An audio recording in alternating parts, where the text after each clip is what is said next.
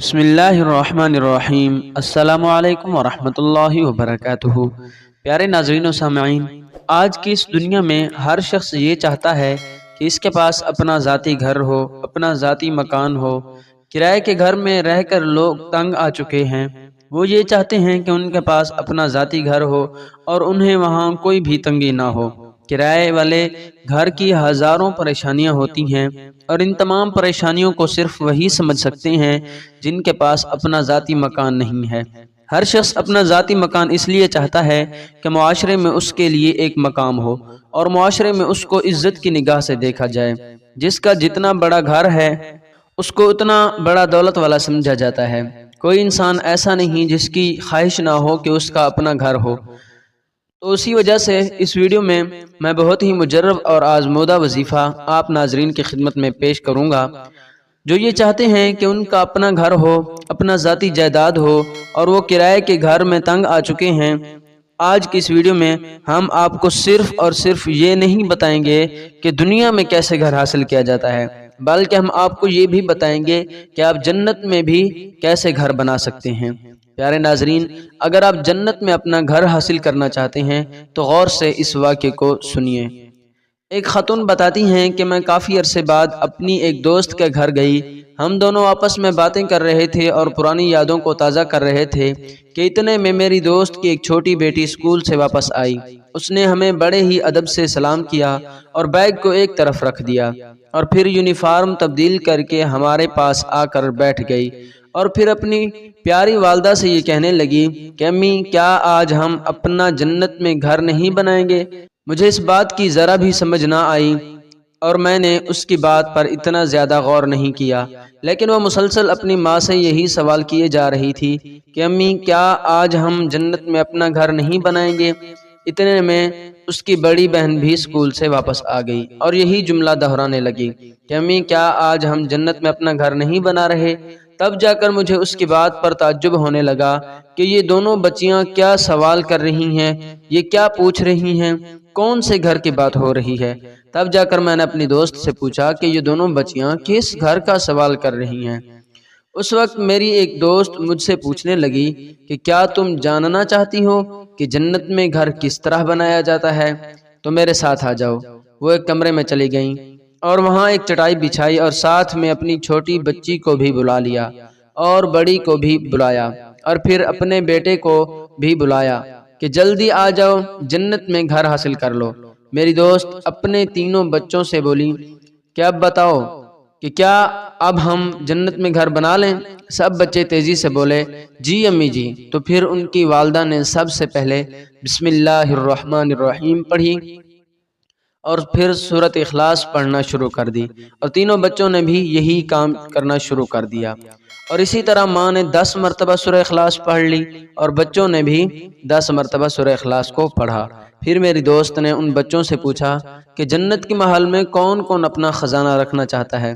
سب بچوں نے کہا کہ ہم اپنا خزانہ جنت کے محل میں رکھنا چاہتے ہیں۔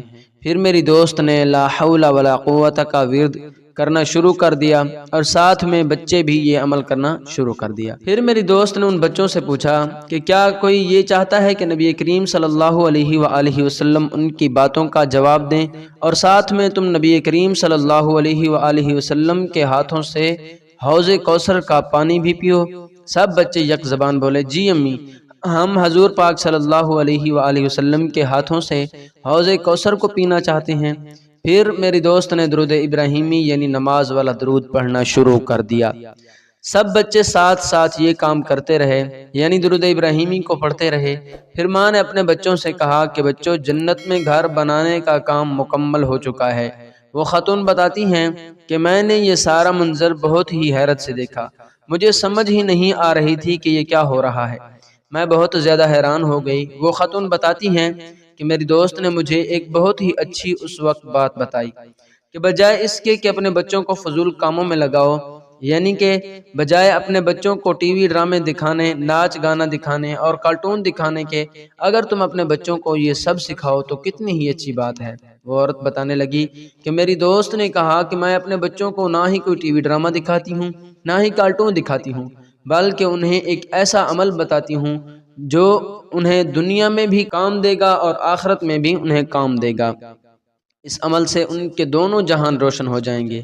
میں یہ کہتا ہوں کہ اگر ہر بچے کی ایسی تربیت ہو جائے، ایسی تربیت کرنے والی ماں ہو، تو وہ بچہ کتنا کامیاب ہوگا اور کہاں سے کہاں پہنچ جائے گا۔ جو انسان دین اسلام پر چلتا ہے وہ دنیا و آخرت میں کامیاب ہو جاتا ہے اور اسے کسی کی بھی ضرورت نہیں پڑتی۔ وہ خاتون بتاتی ہیں کہ میں اپنی اس دوست کے گھر اٹھنے سے پہلے ہی اپنے دل میں نے یہ سوچ لیا تھا کہ میں اپنے بچوں کی بھی ایسی ہی پرورش کروں گی۔ پیارے ناظرین، اس واقعے سے ہمیں بھی بہت زیادہ سبق حاصل کرنا چاہیے کہ ہم دنیا میں گھر بنانے کے لیے کس حد تک چلے جاتے ہیں، لیکن جنت میں گھر بنانا کتنا آسان ہے۔ دنیا میں گھر بنانے کی تو ہم بہت زیادہ فکر کرتے ہیں، لیکن ہمیں جنت میں بھی گھر بنانے کی فکر کرنی چاہیے۔ تو پیارے ناظرین، اب وہ عمل نوٹ کیجئے جس سے آپ دنیا میں گھر حاصل کر سکتے ہیں۔ یہ عمل بزرگان دین کا بتایا ہوا عمل ہے۔ اگر آپ دنیا میں اپنا گھر حاصل کرنا چاہتے ہیں تو سب سے پہلے آپ پنجگانہ نماز ادا کرنا شروع ہو جائیں، اور جب بھی نماز پڑھیں تو ساتھ میں تازہ وضو بنا لیں اور پاؤں کو دھوتے وقت، یعنی دونوں پاؤں دھوتے وقت یہ دعا پڑھیے گا: اللہم اغفر لی ذنبی ووسع لی فی داری وبارک لی فی رزقی۔ پیارے ناظرین، آپ یہ دیکھیں کہ یہ کتنا چھوٹا سا عمل ہے لیکن اس کے کتنے بڑے فائدے ہیں۔ بس آپ اللہ پر بھروسہ رکھ کر اس وظیفے کو صدق کے دل کے ساتھ کر لیا کریں، تو میں یقین کے ساتھ کہہ سکتا ہوں کہ اللہ پاک آپ کو اپنا ذاتی مکان ضرور دے گا، کیونکہ وہ تو نوازنے والا ہے۔ بس ہمیں بھی مانگنے کا سلیقہ آنا چاہیے۔ ناظرین، آپ ایک اور طریقے سے بھی جنت میں گھر حاصل کر سکتے ہیں۔ پیارے نبی کریم صلی اللہ علیہ وآلہ وسلم نے فرمایا: جو حق پر ہونے کے باوجود جھگڑا نہیں کرتا، میں اس کے جنت میں گھر کا ضامن ہوں۔ بس ایک دفعہ اس عمل کو کر کے دیکھیے اور نتائج حاصل کیجیے۔ اس پر خود بھی عمل کریں اور ثواب کی نیت سے اس ویڈیو کو شیئر بھی کریں۔ اگر ویڈیو پسند آئی ہے تو اس کو لائک کریں۔